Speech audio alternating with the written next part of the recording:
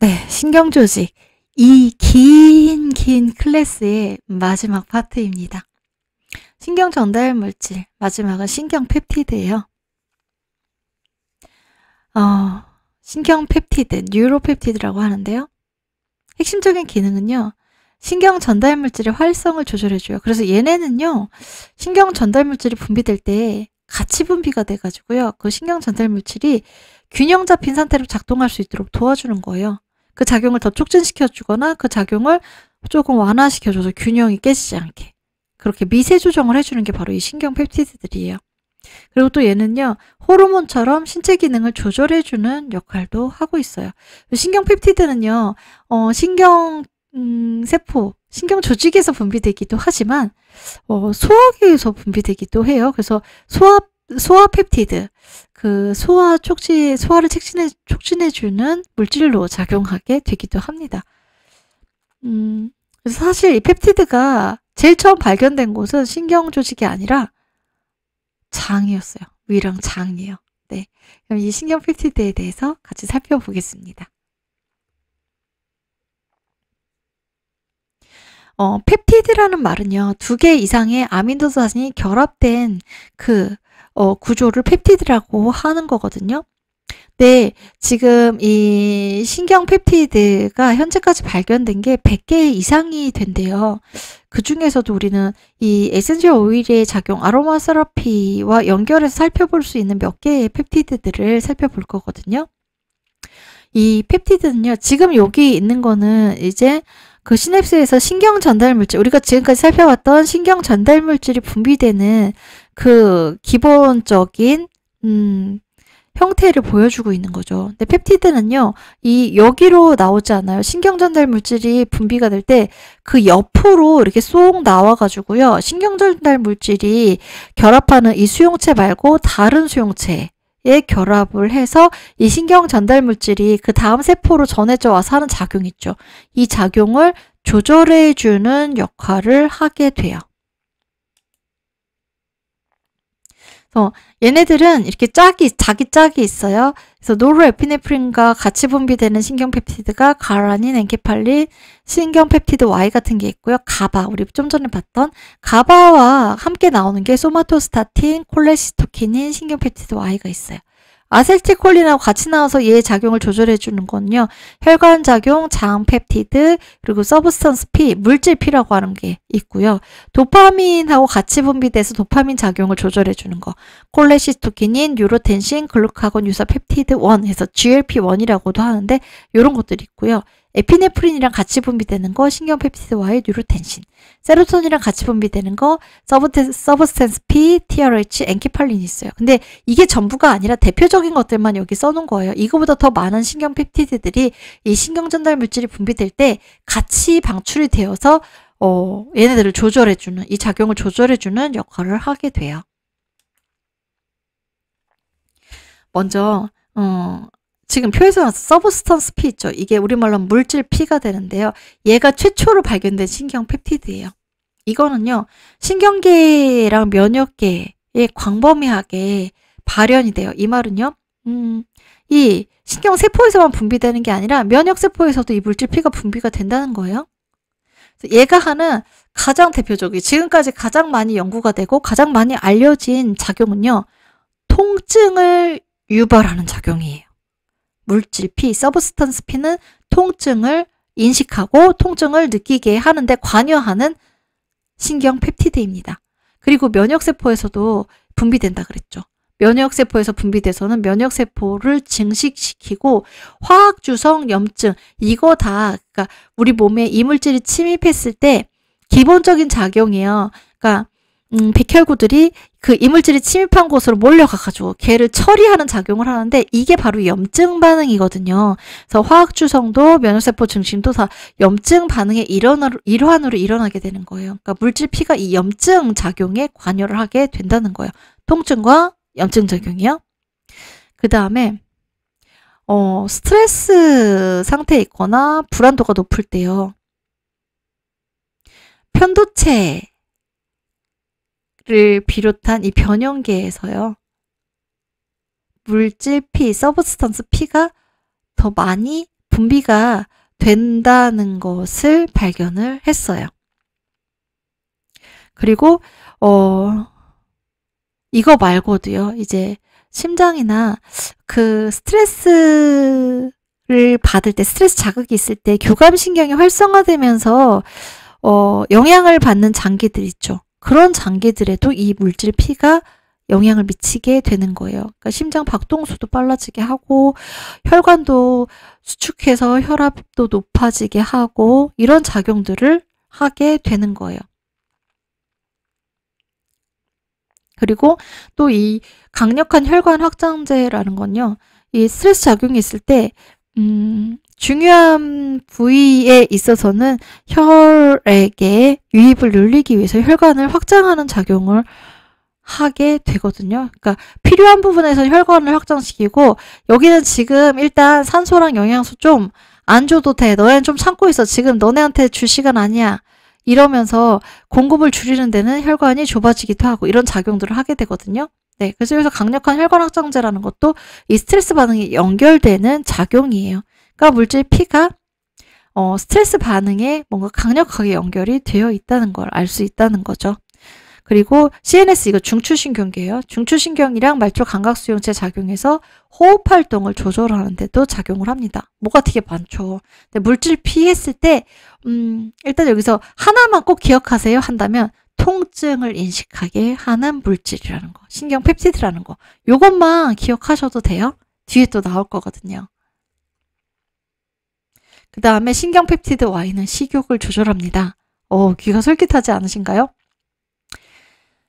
네, 이 신경 펩티드 Y는요, 중추신경, 말초신경, 이 신경세포에서도 다 분비가 되고요. 이 펩티드가 원래 위장에서 먼저 최초로 발견됐다 그랬잖아요. 위장관 점막에서 이 신경 펩티드 Y가 분비가 돼요.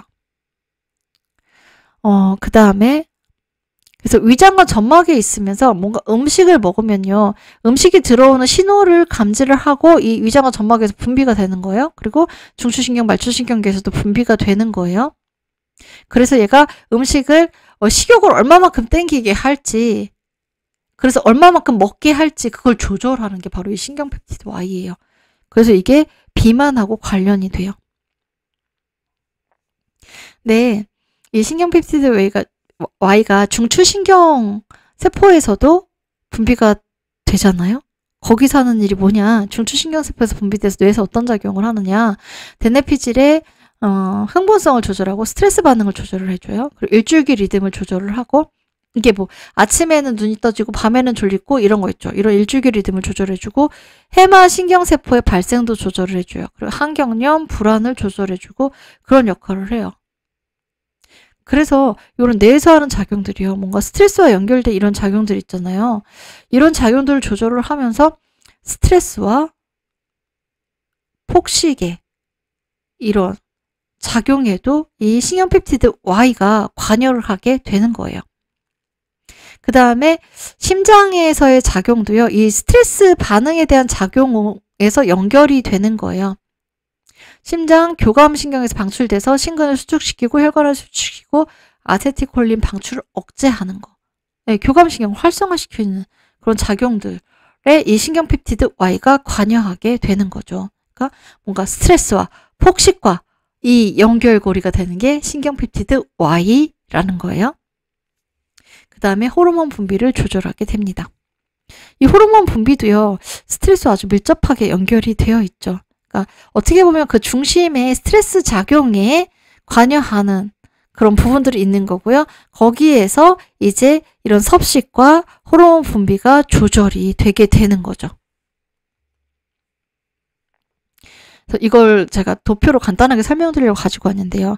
여기 신경 펩티드 Y가 분비가 되면은요. 시상하부 섭식중추를 자극을 해요. 지금 스트레스 상황이야. 먹어야 돼. 먹어서 이 에너지 팍 올려가지고 이 상황에서 싸워서 이기든 도망가든 빨리 이 상황을 벗어나야 돼. 먹어. 이렇게 시상하부 섭식중추를 자극을 하는 거예요. 그러면 막 폭식을 하게 돼요. 그러면은 폭식을 하면서 어느 순간 지방이 엄청나게 쌓이겠죠.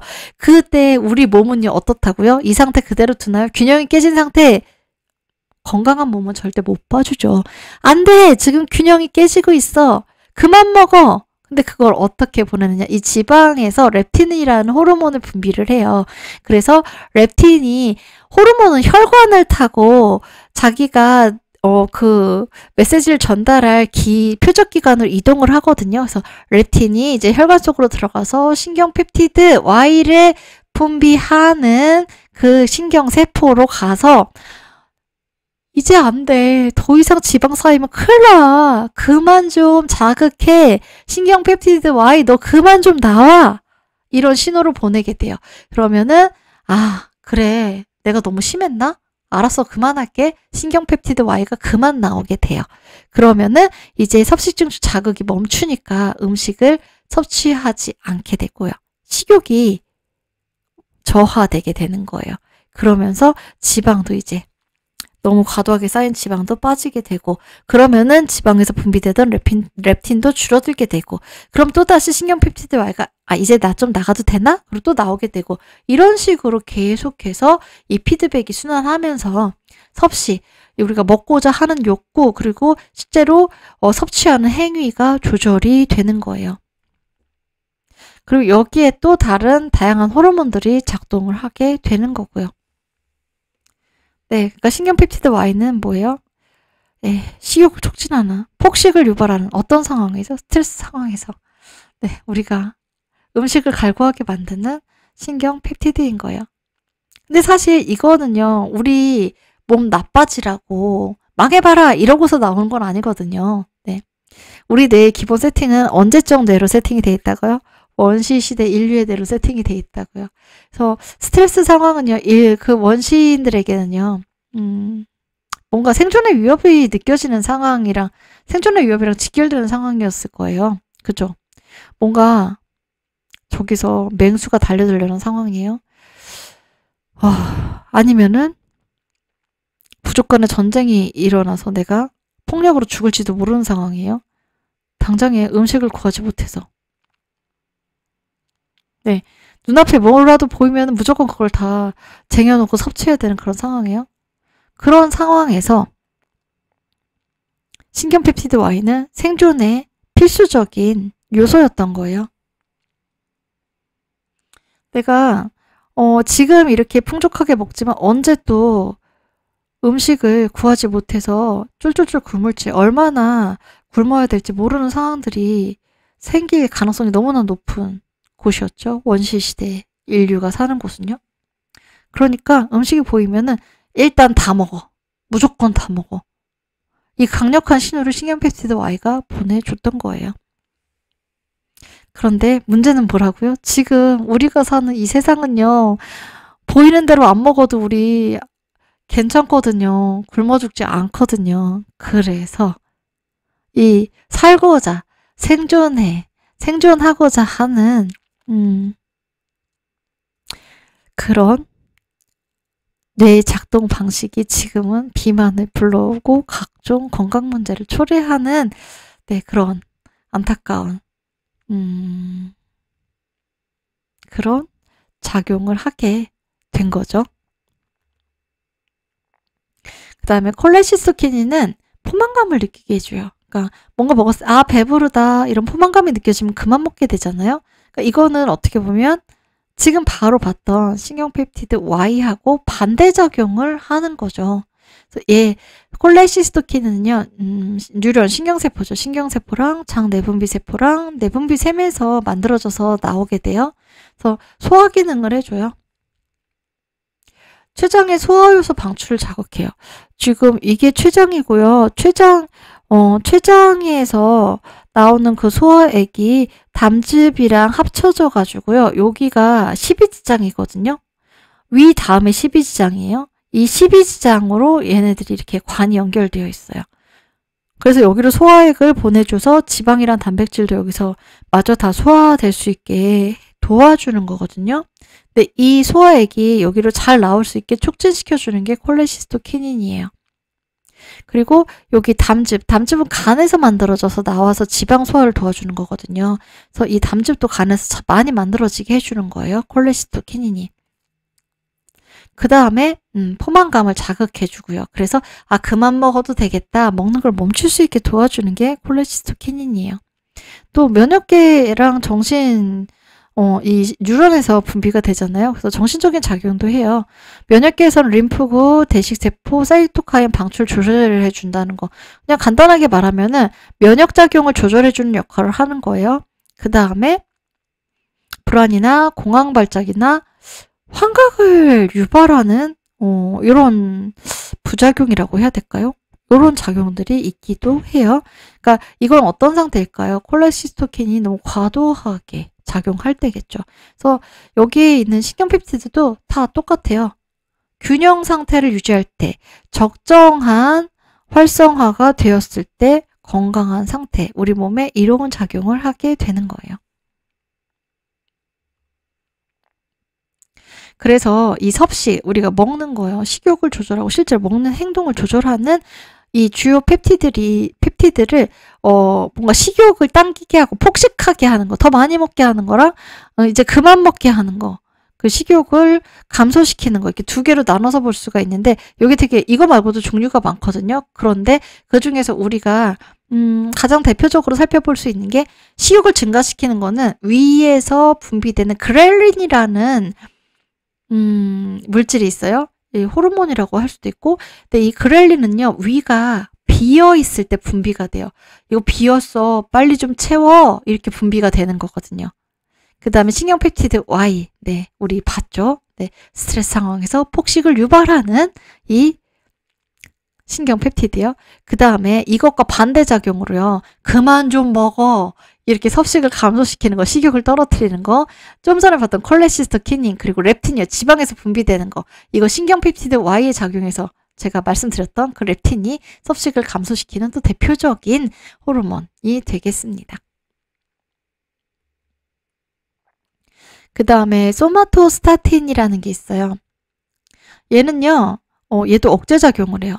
얘는 무엇에 억제작용을 하냐면 성장 호르몬, 그리고 갑상선 자극 호르몬, 프롤락틴, 이런 호르몬들이 너무 과도하게 많이 분비가 될 때요, 얘를 억제시켜서 균형 상태를 회복시켜주는 게 소마토스타틴이에요. 그 다음에 또 우리가 중요하게 살펴볼 수 있는 게 이 오피오이드 펩티드거든요. 그리고 실제로 이 오피오이드 펩티드 유명한 애들이 있어요. 엔돌핀이 바로 이 오피오이드 펩티드 중에 하나거든요. 오피오이드, 이거는요, 통증을 차단해주는, 통증을 억제해주는 작용을 하는 부분이에요. 인체의 오피오이드 수용체에 결합하는 펩티드예요. 오피오이드 수용체에 이 무언가가 결합을 해서 이 오피오이드 작용이 일어난다는 거는 진통작용, 그러니까 통증을 완화해주는 작용이 일어난다는 거거든요. 그래서 여기에 속하는 게 엔케팔린, 베타엔돌핀, 네오엔돌핀, 다이놀핀 같은 것들이 있습니다. 그래서 통증이, 뭔가 이렇게 통증이 감지가 됐을 때 분비가 되는 거예요.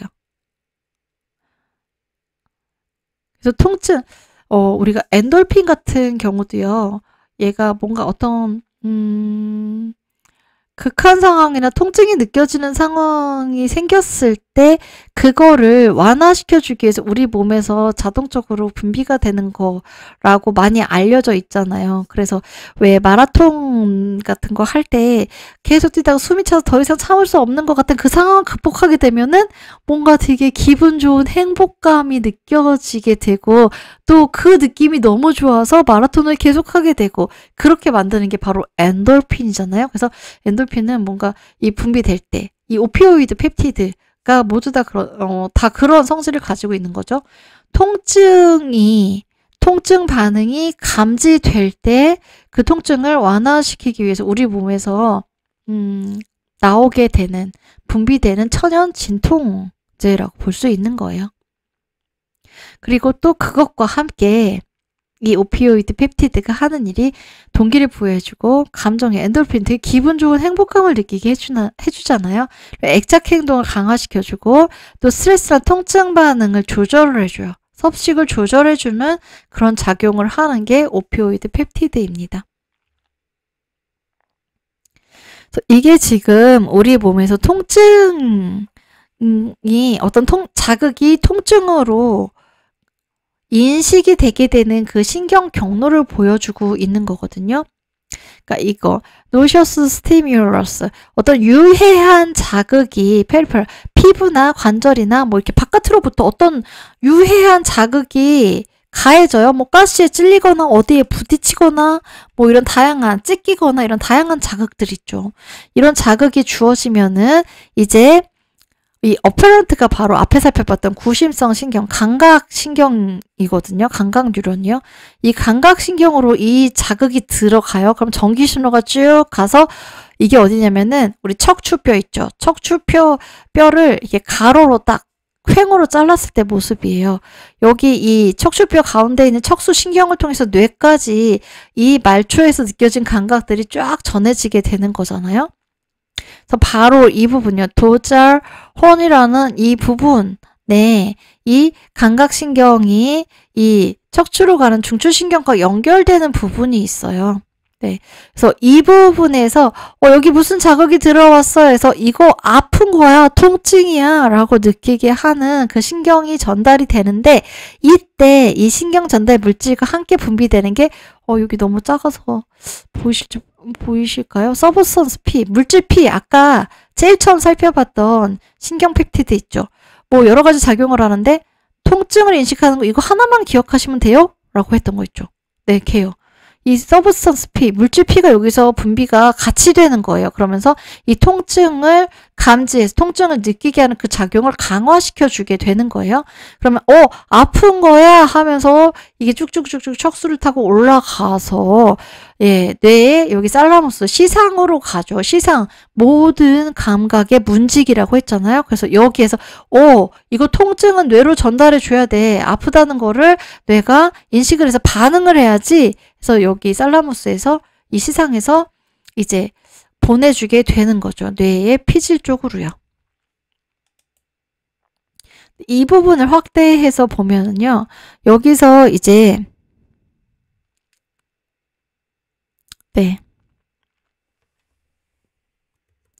NMDA 수용체 보이시나요?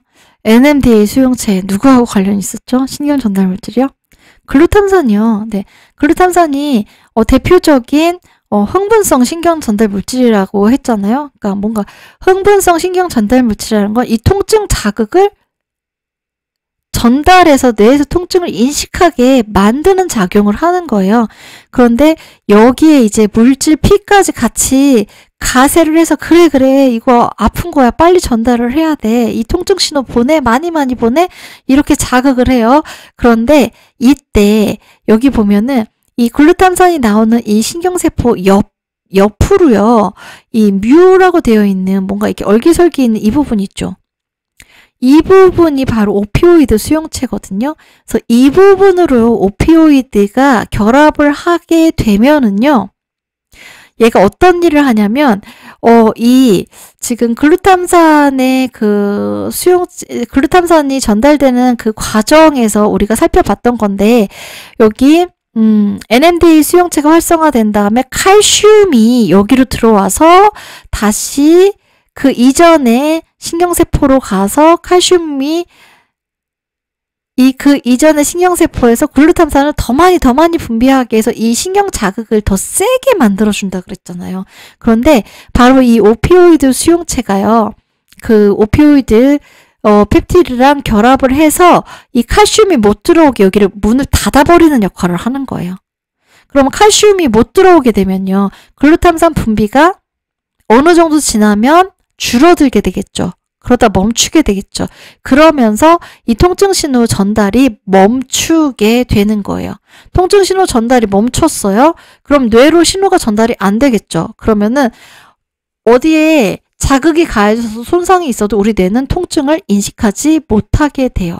아픔을 덜 느끼게 돼요. 그런 식으로 진통작용을 하게 되는 거예요. 오피오이드 수용체에 이 오피오이드 펩티드가 결합해서요. 그리고 이 원리를 이용해서 만들어진 약물이요. 마약성 진통제, 몰핀 같은 것들이에요. 그 마약성 진통제들이 바로 이 오피오이드 수용체 결합을 해서 진통작용을 하게 되는 거예요. 네, 다시 글로 설명을 드리면 오피오이드가 수용체 결합을 해요. 그러면은 이 시냅스 전에서 칼슘 유입이 억제가 돼요. 그럼 글루탐산이 더 이상 방출되지 않겠죠. 그리고 여기 얘가 방출되지 않으면요. 글루탐산이 방출될 때 서브스턴스 P, 이 물질 P도 같이 방출이 되는 거거든요. 얘가 이제 그만 방출되는 게 멈췄어요. 그럼 물질 P도 더 이상 나가지 않아요. 그러면은 이제 이 아프다는 통증 신호가 뇌로 전달이 되는 게 줄어드는 거죠. 그러다가 사라지게 되겠죠. 그렇게 되면서 통증을 덜 느끼게 혹은 안 느끼게 되는 것입니다. 그래서 이 오피오이드 수용체가요. 지금 앞에서 뮤 수용체만 보여줬는데요. 몇 가지 종류가 있어요. 이거 말고도 더 있는데 대표적인 게 바로 이 뮤 수용체, 델타 수용체, 카파 수용체, 그리고 노시셉틴 수용체거든요. 얘네들이요. 그 위치가 조금씩 달라요. 겹치는 데도 있고 다른 데도 있어요. 그리고 결합하는 수용체도 달라요. 그래서 여기 어디에 있느냐에 따라서 그 작용이 조금씩 차이가 있어요. 기본적으로 진통작용은 다 해요. 근데 이 뮤 리셉터, 뮤 수용체 같은 경우는 지금 보면 뇌에는 다 공통적으로 있어요.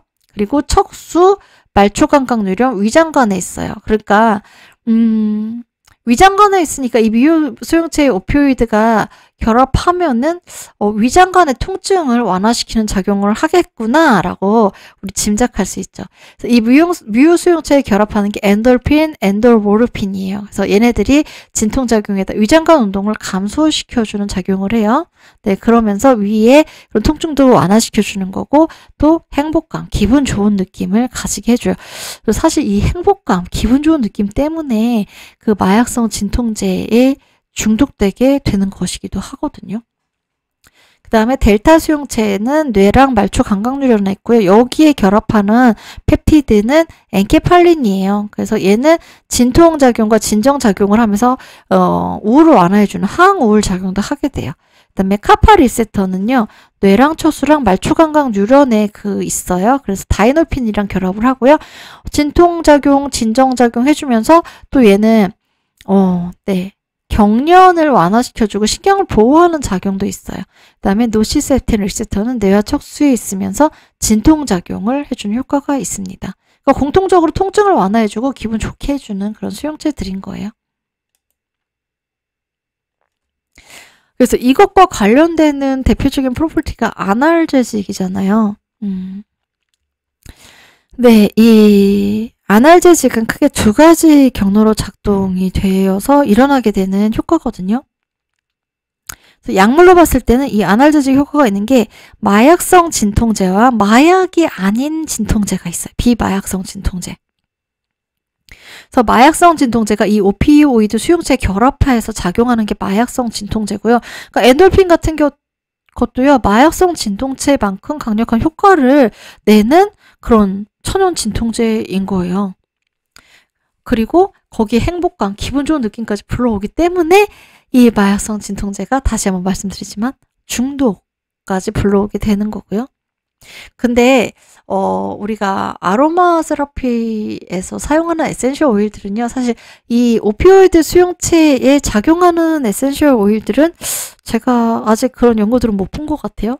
대부분이 다 이 비마약성 진통제의 작용과 같아요. 말초 감각신경 수준에서 작용을 해서 통증을 완화하고 억제해주는 작용을 하는 거거든요. 여기에 해당되는 대표적인 것들이 윈터그린, 클로버버드, 페퍼민트 에센셜 오일 같은 것들이 있습니다. 그래서 얘네들의 작용을 잠깐 살펴볼게요. 클로버버드 에센셜 오일은요. 이 에센셜 오일 중에서 유제놀 성분이 이 감각 수용체를 둔화시켜서 통증을 감소시켜주는 거예요. 감각 수용체, 바로 이 부분이요. 네, 구심성 신경, 감각 뉴런, 여기로 가기 전에 이 부분에서 통증을 감소시켜주는 작용을 하는 거예요. 네, 그 다음에 윈터그린 에센셜 오일은요. 메칠 살리실레이트 성분이 바로 그 진통 작용을 해주는 건데요. 그 원리는 프로스타글란딘 합성을 억제해주는 거예요. 이 프로스타글란딘이라는 건 이게 세포막이거든요. 그러니까 이거는 뭔가 염증 작용이나 어떤 외상이나 이런 걸로 이 세포가 손상을 입었을 때요. 이 세포를 감싸고 있는 가장 바깥의 막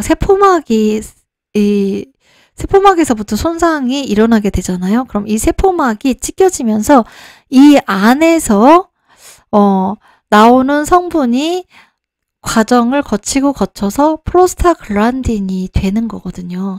그런데 바로 여기 프로스타글란딘이 되는 이 작용을 억제해 주는 것, 차단을 해 줌으로써 진통 작용을 하게 되는 거예요.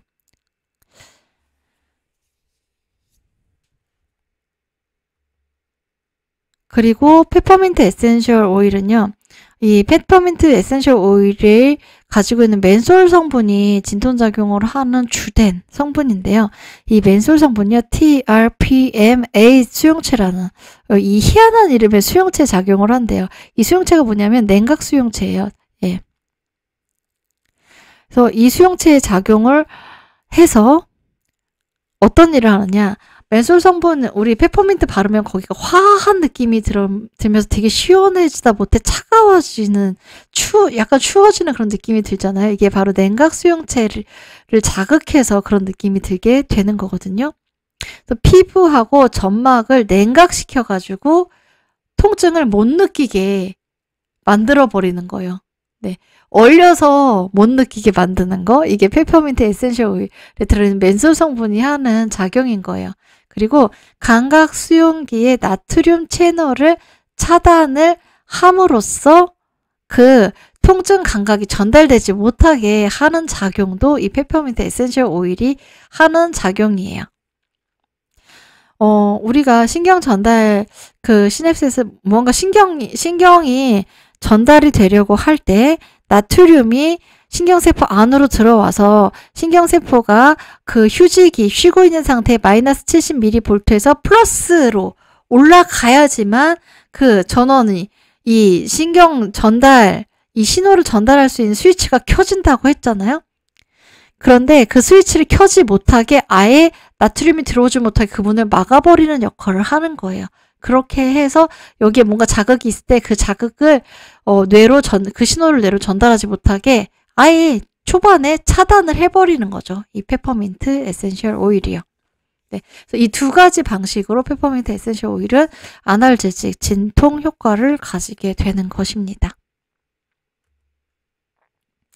네, 그 다음에 또 우리가 앞에 제일 처음에도 말씀을 드렸는데요.